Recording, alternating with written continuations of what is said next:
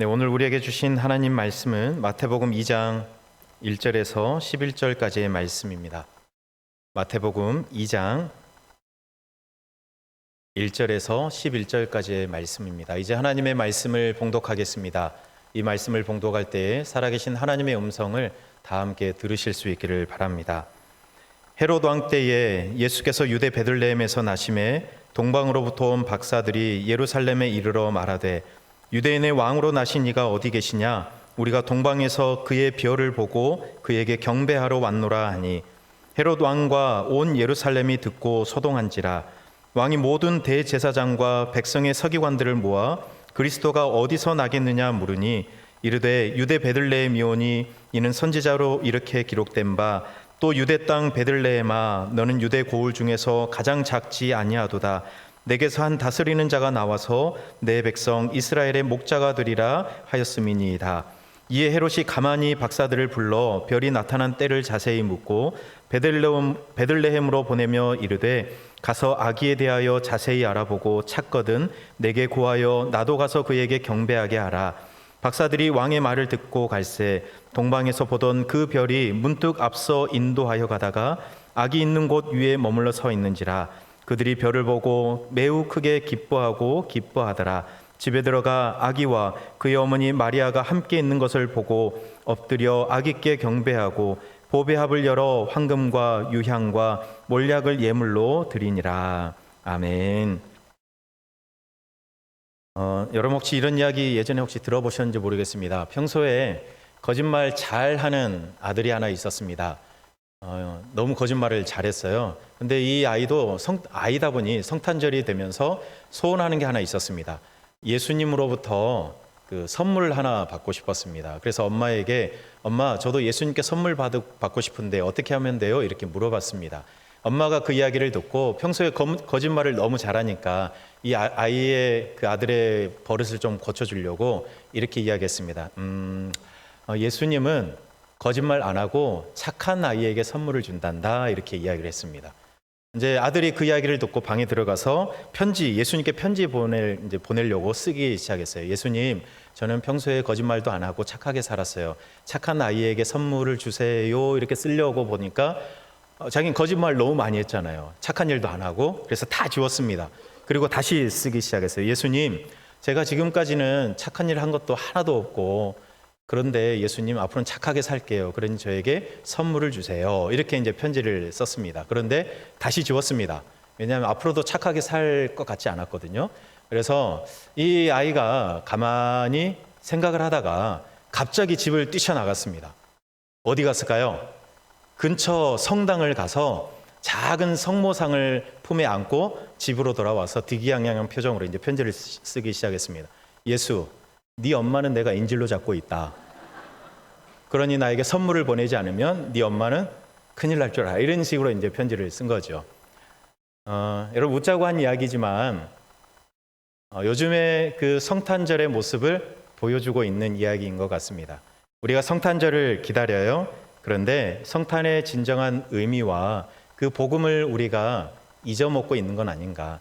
그냥 자기의 만족 혹은 어떤 욕심, 선물 여기에 오히려 우리의 마음이 더 가 있는 건 아닌가. 진짜 성탄절의 주인공은 예수님이신데 그런데 오늘 이 소년처럼 그 복음을 잃어버린 것은 아닌가 이런 생각이 듭니다. 여러분 우리가 성탄절을 기다리면서 이 성탄의 복음을 기억해야 합니다. 지난주 왕이신 그리스도 주일 때 우리가 말씀 보았던 것처럼 왕이신 우리 예수님께서 이 땅에 우리를 하나 되게 하기 위해서 가장 낮고 천한 모습으로 겸손한 모습으로 이 땅에 오셨다는 것을 우리가 다시 한번 기억하는 시간이 바로 이 성탄절이고 또 대림절입니다. 여러분 그런데 요즘 대림절 이 성탄절의 주인공이 예수님이신데 너무 주변부로 밀려나신 것 같아요. 우리 인생의 주인이 예수님이시고 우리 교회의 주인이 예수님이신데 그런데 그 예수님이 너무 바깥으로 밀려나신 것은 아닌가 그런 생각이 듭니다. 그래서 우리가 이 성탄절 그리고 대림절을 우리가 보내면서 다시 한번 우리 인생의 주인, 우리 교회의 주인, 이 성탄의 주인이 예수님이심을 다시 우리가 명확하게 할 수 있는 은혜가 있었으면 좋겠습니다. 여러분 오늘부터 대림절이 시작됩니다. 대림절의 키워드가 뭘까요? 기다림입니다. 여러분 뭘 기다릴까요? 예수님을 기다리시죠. 근데 두 가지의 예수님을 기다려요. 하나는 탄생하실 예수님을 기다리는 것이고, 다른 하나는 다시 재림하실 예수님을 기다리는 겁니다. 그러니까 대림절에는 이 두 가지 의미가 다 들어있어요. 물론 우리는 성탄절을 기다리기 때문에 아기로 오실 예수님을 기다리는 의미가 훨씬 크지만, 그러나 우리는 마지막 때를 또 살아가고 있기 때문에 탄생하실 예수님뿐만 아니라 다시 재림하실 예수님을 기다리는 의미도 이 대림절 안에 들어있는 겁니다. 여러분, 누구를 기다리는 것은 명확하잖아요. 누구를 기다리는 겁니까? 예수님이세요. 여러분, 그래서 이 대림절에 우리가 하는 모든 일들은 예수님에게 집중되어야 합니다. 여러분, 대림절이어서 앞에 초를 켜놨어요. 어떤 색깔이 보이세요? 다 보라색 같으세요? 네, 진보라, 보라, 연보라, 분홍, 그 다음에 성탄절에는 흰색의 초를 켭니다. 색깔이 점점 옅어져요. 오늘은 보라색에 이제 불을 밝혔는데, 색깔이 점점 옅어지는 것을 보면서 시간이 이렇게 흘러가며 예수님이 오실 날이 가까워 오고 있구나. 이거를 우리가 이 초를 보면서 기억하는 겁니다. 그냥 예쁘라고 켜놓은 게 아니에요. 여러분, 색깔을 보면서 예수님이 오실 날이 가까워 오고 있다는 것을 우리는 기억해야 돼요. 여러분, 그리고 오늘은 초를 하나만 켰지만 이제 다음 주는 몇 개가 켜질까요? 두 번째 초까지 두 개가 켜지겠죠? 세 개, 네 개 이렇게 가면서 초의 길이가 어떻게 될까요? 짧아지겠죠. 뭐가 짧은 건가요? 가장 먼저 켰던 이 보라색 초가 가장 짧아질 겁니다. 요즘에 초들이 좀 두꺼워요. 그래서 1, 2, 3부 다 켜놔도 이게 잘 안 줄어들긴 하더라고요. 그래서 막 제가 자른 적도 있습니다. 짧아 보이게 하려고. 왜 이게 또 중요하냐면, 여러분, 시간이 흘러가는 거예요. 한 주 흘러가면서 이 시간의 흐름을 우리가 이 초의 길이를 통해서 확인할 수 있는 거예요. 시간이 지금 대림절 첫 번째 주, 두 번째 주, 세 번째 주 오면서 시간이 흘러가고 있구나. 시간이 흘러간다는 것은 뭘까요? 예수님이 오실 날이 가까워 오고 있구나. 그거를 우리가 초를 통해서 확인하는 겁니다. 여러분, 이 초를 통해서 우리가 대림절을 또 나타내기도 하지만, 또 가장 대표적인 것은 저 성탄목입니다. 성탄목. 불이 지금 다 꺼졌네요. 네. 여러분, 성탄목 우리 교회만이 아니라 세상에서도 다 크리스마스 전에 아마 교회보다 더 빨리 성탄목을 장식하고 불을 켜요. 여러분, 성탄목은 어떤 의미가 있을까요? 저 성탄목 역시 예수님을 가리키는 거예요. 여러분, 성탄목 저것은 에덴 동산에 있었던 생명나무를 상징합니다. 그리고 저기에 있는 네 가지 장식이 있는데 올해부터 4개로 바꿨거든요. 근데 저 장식도 다 예수님을 가리키는 거예요. 뭐가 보이세요? 사과, 빵, 초, 장미꽃이 있어요. 여러분, 이 네 가지도 예수님을 생각하게 하는 그런 장식들이에요. 여러분, 사과하면 뭐가 떠오르십니까? 선악과, 그렇죠? 맛있겠다, 먹음직스럽네, 이런 생각으로 따먹었던 그 선악과. 그런데 예수님께서 그 죄를, 그때부터 시작된 우리 모두의 죄를 용서하기 위해서 이 땅에 오신 거잖아요. 그러니 저 사과를 보면서 예수님의 죄 용서, 구속함을 생각하는 거예요. 여러분, 장미꽃은 이새의 줄기에서 한 싹이 난다는 이사야 선지자의 말처럼 이 어둡고 또 막막한 이 세상에 소망을 주러 오시는 예수님을 저 장미를 보면서 생각하는 겁니다. 빵은 뭘까요? 예수님이 나는 뭐라 그랬죠?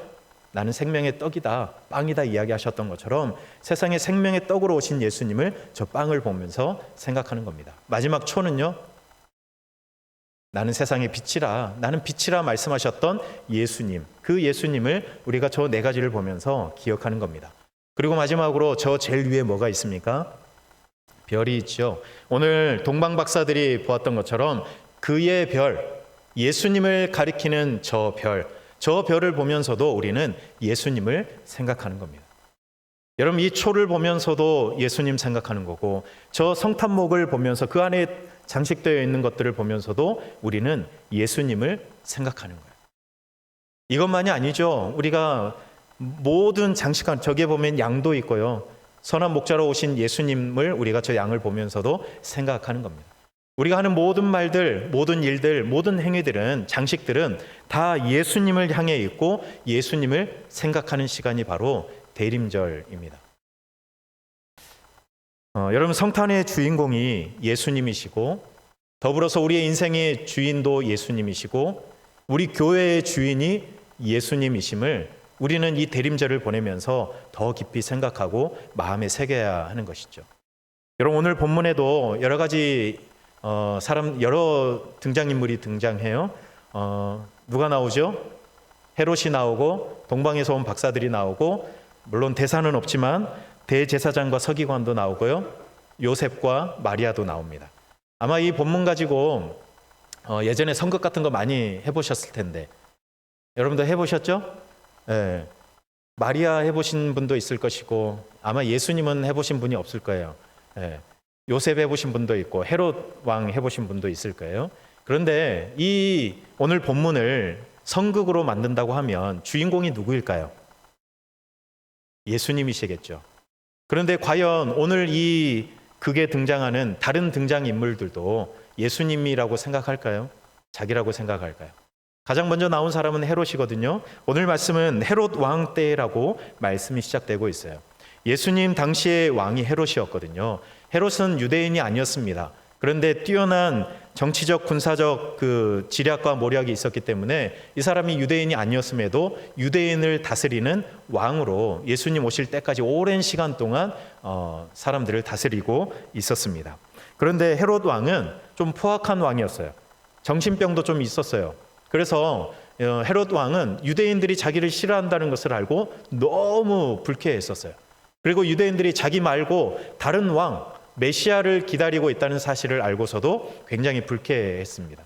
그래서 메시아라고 의심되는 사람들이 나타나기만 하면 그 사람들을 살해해버렸어요. 그리고 자기 자리를 노릴 것 같은 자기 아들들도 3명이나 죽여버리는 그런 일을 했던 사람이 바로 헤롯이었습니다. 여러분, 그러니 헤롯 왕 때라는 이 말로 시작하는 오늘 본문의 상황은 굉장히 암울한 시절을 우리에게 그려주고 있는 거죠. 지도자가 잘못 세워져 있으니 사람들은 더욱더 갈망하게 됩니다. 메시아와 같은, 우리 하나님께서 약속하셨던 그 왕 메시아를 하나님 빨리 보내달라고 하나님 앞에 간절하게 구하면서 기다렸던 것이죠. 그런데 이 어둠의 터널을 지나가고 있던 백성들에게 예수님의 탄생 소식이 오늘 들려옵니다. 동방으로부터 온 박사들을 통해서 유대인의 왕으로 나신 이가 어디 계시냐라는 이 이야기가 들려왔고, 그래서 예루살렘 온 동네가, 온 사람들이 소동하기 시작한 거예요. 여러분, 재밌는 것은 오늘 4절 말씀을 보면 태어나신 아기 예수를 향해서 그리스도라는 칭호를 가장 먼저 사용한 사람이 누구냐면 헤롯입니다. 헤롯은 자기가 주인공이 되고 싶었거든요. 수많은 사람들을, 정적들을 죽여가며 자기 아들까지 죽여가면서 자기가 그 자리를 오랫동안 차지하려고 했던 사람이 바로 이 헤롯이었습니다. 그런데 자기 입으로 자기가 주인공이 아니라고 이야기하는 거예요. 그리스도가 어디서 나겠느냐? 내가 그리스도가 아닌데, 내가 왕이 아닌데 진짜 왕은 어디에서 나겠느냐라고 물어보는 거죠. 자기가 주인공이 아니라 그리스도가 주인공이라고 이 헤롯 입으로 이야기하고 있는 겁니다. 여러분, 그런데 아이러니한 것은 이런 암울한 상황에서 메시아를 그렇게 애타게 기다리고 있었음에도 불구하고 정말로 예수님이 오셨는데 사람들이 별 관심이 없어요. 고향에 호적하러 수많은 사람들이 몰려들어서 예루살렘이 시끌벅적하는데, 그런데 그 사람들 중에 예수님의 탄생을 알아차리고 예수님의 탄생을 축하했던 사람이 한 사람도 없었습니다. 출산이 임박했는데 오히려 그 산모에게 방을 내어줄 사람도 한 사람도 없었습니다. 이런 상황이었어요. 그런데 첫 성탄을 놀랍게 맞이했던 사람이 오늘 등장합니다. 나신 아기께 경배하기 위해서 산을 넘고 물을 건너서 그 오랜 시간 걸어 예수님을 찾아왔던 사람들이 오늘 말씀 가운데 기록되어 있어요. 이름은 없어요. 이 사람들의 정확한 배경도 기록되어 있지 않고 단지 동방으로부터 온 박사들이라고 기록하고 있습니다. 여러분, 우리는 동방박사 몇 사람이라고 알고 있어요? 3사람이라고 이야기하죠. 근데 성경에 동방박사 3사람이라고 이야기합니까? 안 해요. 근데 왜 3사람이라고 하세요? 네? 네. 황금과 유향과 모략 이 세 가지를 드렸기 때문에 편의상 우리에게 세 명이 아닐까 이렇게 추측합니다. 그러나 몇 명이 왔는지 정확하게 알 수 없어요. 성경은 그 이야기 해주지 않아요. 몇 명이 왔는지 그리고 그 사람들의 이름이 무엇인지 알려주지 않아요. 나중에 후대에 와서 한 9세기 정도 갔을까요? 그때 이들의 이름을 임의로 천주교 쪽에서 아마 그쪽에서 이제 이름을 하사한 적은 있어요. 이 사람은 이런 이름 이렇게 한 적은 있지만 성경은 이들이 몇 명인지 그리고 이들의 이름은 무엇인지 우리에게 알려주지 않습니다. 왜 그럴까요? 별로 중요한 게 아니에요. 이 사람들이 몇 명이 왔는지 이름은 무엇인지가 별로 중요하지 않아요. 왜냐하면 주인공이 아니거든요. 이 사람들은 어떤 일을 했냐면 별을 보면서 현재와 미래를 해석하는 그런 일들을 했던 점성술사였습니다. 그냥 천문학자 정도가 아니라 이 사람들은 아마 상당한 지위를 가졌던 고위직에 속했던 사람이 아닐까 이렇게 추측하거든요. 그런데 어느 날 이들이 한 별을 보고서 저 별은 위대한 왕의 탄생을 알려주는 그런 별이다라는 것을 감지하고 길을 떠나게 되었습니다. 이게 중요한 겁니다. 이름이 중요한 게 아니고 몇 명이 온 것이 중요한 것이 아니고 그 별을 보고 왕의 탄생을 감지하고 길을 떠났다는 것이 중요한 일이었습니다. 어떤 징조를 가지고 이들이 이렇게 생각했는지는 모르겠어요. 그러나 이들은 그 별을 보고 먼 길을 떠났습니다. 왜 왔을까요? 목적은 분명했어요. 이름도 모르고 몇 명이 왔는지는 불명확하지만 그러나 이들이 왔던 목적 하나는 분명합니다. 그건 뭐냐면 경배하기 위해서. 누구를 경배하기 위해서? 예수님을 경배하기 위해서 온 겁니다. 오늘 2절에서 11절에서 두 번이나 이야기하거든요. 내가 아기 예수께 경배하러 왔다. 그리고 실제로 들어가서 그 아기 예수께 경배합니다. 여러분 이들이 머나먼 길을 온 이유는 예수님을 경배하기 위해서였어요. 수많은 사람들 유대인들이 메시아를 그렇게 간절하게 기다렸지만 정작 예수님이 왔을 때에는 징조도 몰랐고 그 별이 거기만 떠 있었겠습니까? 유대인들도 볼 수 있게 떠 있었겠죠. 그런데 그 별을 보지 못했습니다. 예수님이 탄생하신 것을 알아차리지 못했어요. 그러나 저 먼 땅 별을 보는 어떤 박사들을 통해서 우리 예수님은 경배를 받으셨어요. 여러분 그런 생각도 해봐요. 이 박사들이 정말로 먼 길을 마다하지 않고 찾아왔는데 성경에 보면 이름도 기록되어 있지 않고요. 몇 명이 왔는지도 기록되어 있지 않아요. 섭섭할까요? 야, 내가 그렇게 목숨 걸고 여기까지 왔는데 내 이름 좀 석자 좀 적어. 석자가 아니겠죠. 이 사람들은 한국 사람이 아니니까. 내 이름 몇 자라도 좀 적어주시지. 왜 이걸 안 적어주시나. 이런 섭섭한 마음 하나님 앞에 가서 안 했을까요? 안 했을 것 같아요. 왜냐하면 여러분 그게 목적이면 어떻게 그 먼 길을 찾아옵니까? 자기 이름을 높이기 위해서라면 어떻게 그 먼 길 가도 정확하게 있을지 없을지 모르는데 그런데 그 별을 보고 어떻게 그 먼 길을 찾아오겠어요? 이들은 고백하는 거예요. 나는 주인공이 아니다. 오직 경배받으실 주인공이신 그분, 왕이신 그분, 그분만을 높이기 위해서 그 먼 길을 마다 않고 온 겁니다. 여러분 이 동방박사들의 마음이 우리에게 있어야 돼요. 살아가는 우리의 삶에 있어야 되고 봉사하고 사역하는 자리에 있는 우리에게 이 마음이 있어야 됩니다. 우리가 하는 모든 일들은 내가 주인공이 아닌 거예요. 내가 하는 모든 일들은 주인공이신 하나님을 높이고 경배하는 데에 맞추어져 있어야 되는 것이죠. 여러분 우리의 이름이 드러나지 않아도 내가 해오는 일들을 그 누구도 알아주지 않아도 우리의 주인이신 예수님만 높임 받으시면 경배받으시면 족하다라는 이 마음으로 우리가 살아가고 봉사하고 사역해야 하는 것 아닐까요? 여러분 이 장면을 보면 이 성탄의 의미가 이 안에 담겨져 있어요. 여러분 성탄절은 주인이신 우리 예수님께만 초점을 맞추는 것이 바로 성탄의 의미입니다. 여러분 어떤 장식을 해도 어떤 일을 해도 다 예수님에게 초점이 맞추어져 있어야 하는 것이죠. 성탄목을 보면서도 초를 보면서도 그 외의 다른 일들을 통해서도 오직 예수님께만 초점을 맞춰야 돼요. 그의 별이 오늘 예수님이 태어나신 그 위에 머물러 서 계시잖아요. 우리가 가는 곳마다 우리 예수님의 별은 우리가 가는 곳마다 밝히고 있어요. 우리가 하는 일의 주인은 예수님이시다. 우리가 하는 이 일을 통해서 영광 받으실 분은 예수님이시다. 우리 인생의 주인은 예수님이시다 우리 교회의 주인은 예수님이시다. 그의 별이 우리에게 계속 알려주고 있어요. 여러분, 그래서 이 말씀을 준비하면서 대림절을 보내는 이 시간에 우리가 한 해를 마무리하고 또 한 해를 준비하는 이것이 참 의미가 있다, 이런 생각이 들었습니다. 왜냐하면 여러분, 한 해를 마무리하면서 우리가 해왔던 그 일들 결산을 하잖아요. 그런데 결산할 때 여러분들은 무엇을 가장 중요하게 보십니까? 우리가 가장 중요하게 보아야 할 것은 이거죠. 대림절, 성탄절의 의미를 담아야죠. 우리가 해왔던 그 일들 속에 예수님만 높임받고 있었나? 그게 우리가 해야 될 결산 아닐까요? 우리가 내년에 새로운 한 해를 준비하고 있습니다. 새로운 한 해를 준비하며 여러 가지 계획을 세우고 그 계획에 맞는 예산도 짜고 또 이 일들을 해갈 사람들을 임명하고 또 준비하고 있어요. 그런데 그 일들을 준비하면서도 우리가 무엇을 가장 염두에 두어야 할까요? 내년에 살아갈 그 모든 시간의 주인이시는 예수님.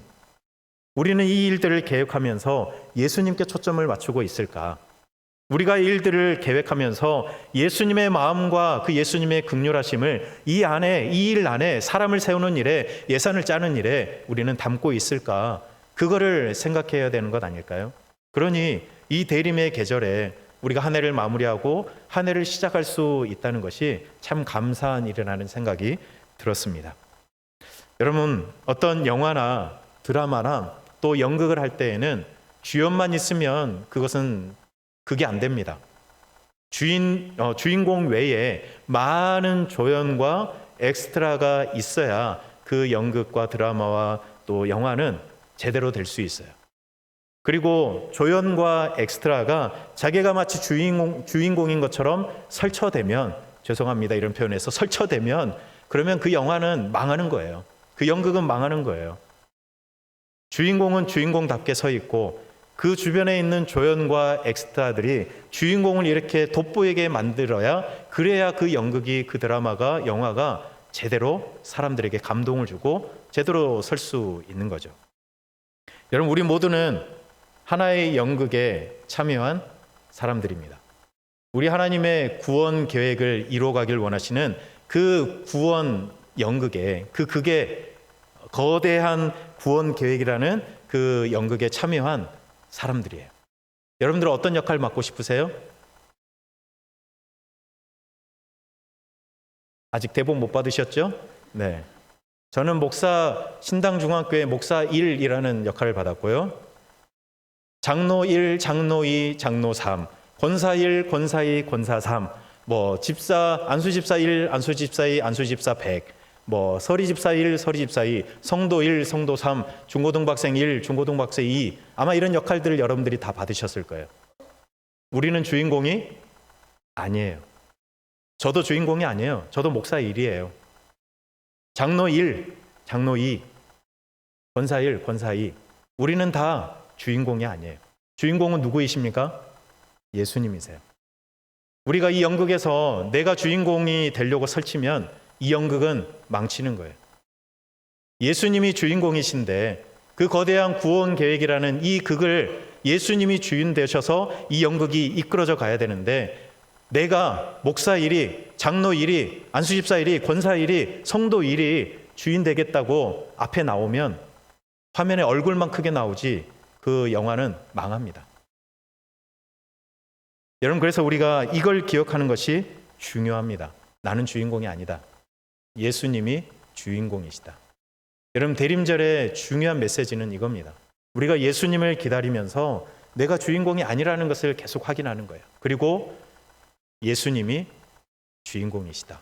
이 성탄의 주인공이시고 우리의 인생의 주인이시고 우리 교회의 주인이시라는 것을 우리가 이 대림절을 보내면서 다시 새롭게 해야 되는 것이죠.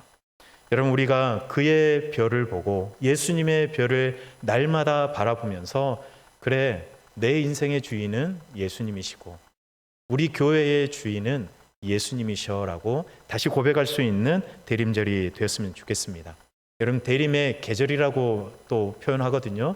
그러니까 한 4주로 끝나버리는 것이 아니라, 주일날만 대림절이 아니라 오늘부터 시작되어 또 주연절 내년 초까지 계속해서 이어지는 이 대림의 계절에 우리가 바라봐야 할 것은 오직 예수 그리스도이십니다.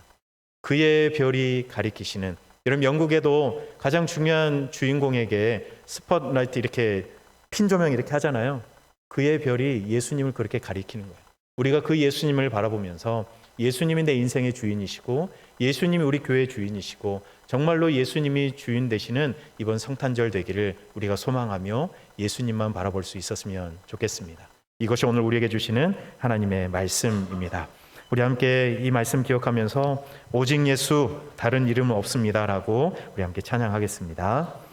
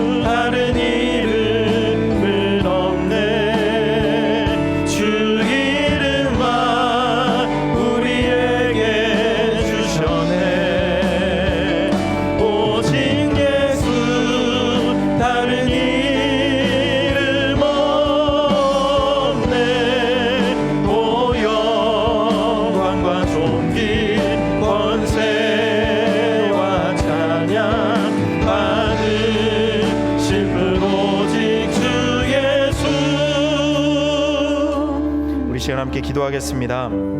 맞습니다. 오직 예수 그 이름밖에 우리에게는 없습니다. 오직 예수님만이 우리 인생의 주인이시고 오직 예수님만이 우리 교회의 주인이십니다. 하나님, 우리가 이 대림절을 보내며 우리 주님을 기다리면서 다시 한번 이 사실을 우리가 고백합니다. 성탄의 주인 되신 예수님을 깊이 생각하면서 오직 예수님만이 주인공 되시는 이번 성탄 되게 해주십시오. 오직 예수님만이 주인 되시는 우리의 삶과 우리 교회 되게 해달라고 말씀 기억하며 함께 기도하겠습니다. 주님, 오늘도 우리에게 말씀해 주시니 감사합니다. 하나님, 예수님만이 우리의 인생의 주인이십니다. 예수님만이 우리 교회의 주인이십니다. 하나님, 그 누구도 하나님 예수님의 자리를 빼앗으려고 하지 않게 인도하여 주시옵소서. 그 누구도 주인공이 아닌데 주인공이 되려고 애를 쓰지 말게 하시고 하나님, 우리 각자에게 맡기신 그 조연과 엑스트라 일들을 잘 감당하여서 하나님의 구원 계획이란 이 연극이 잘 하나님 펼쳐질 수 있도록 하나님 끝까지 하나님 막을 내릴 수 있을 때까지 우리가 함께 협력할 수 있도록 하나님 인도하여 주시옵소서. 하나님, 우리가 대림절을 보내면서 다시 한번 이 사실을 명확하게 하길 원합니다. 예수님이 주인공이시고 예수님이 주인이십니다. 다른 이름은 없다는 것을 우리가 늘 확인하면서 고백하며 살아갈 수 있는 저희들의 삶이 될 수 있도록 하나님 역사하여 주시옵소서. 성탄의 주인공이 예수님이시지만 이 세상은 예수님에게 별로 관심을 두지 않습니다. 하나님, 혹시 우리도 성탄절을 기다리며 이 대림절을 지켜가지만 정작 주인공이신 예수님에게 우리의 관심과 우리의 마음을 혹시 별로 두지 않는지 모르겠습니다. 하나님, 이번 대림절을 보내며 우리가 더 예수님께 집중하기를 원합니다. 오직 경배 받으실 분, 오직 예수님만 높임받기를 원합니다. 그래서 이 대림제를 보내며 우리 인생의 주인도 예수님이시라고 다시 고백하게 하시고, 우리 교회의 주인도 예수님이시라고 진실로 고백하게 해 주시옵소서. 그래서 오늘 동방에서 온 박사들처럼 예배 이후에 우리의 삶의 자리에서도 우리가 하는 모든 생각과 말과 행위로 예수님이 주인이심을 드러내며 살아가는 우리의 삶이 되게 해 주시옵소서. 성탄의 주인공 되시는 예수님 이름으로 기도드립니다. 아멘.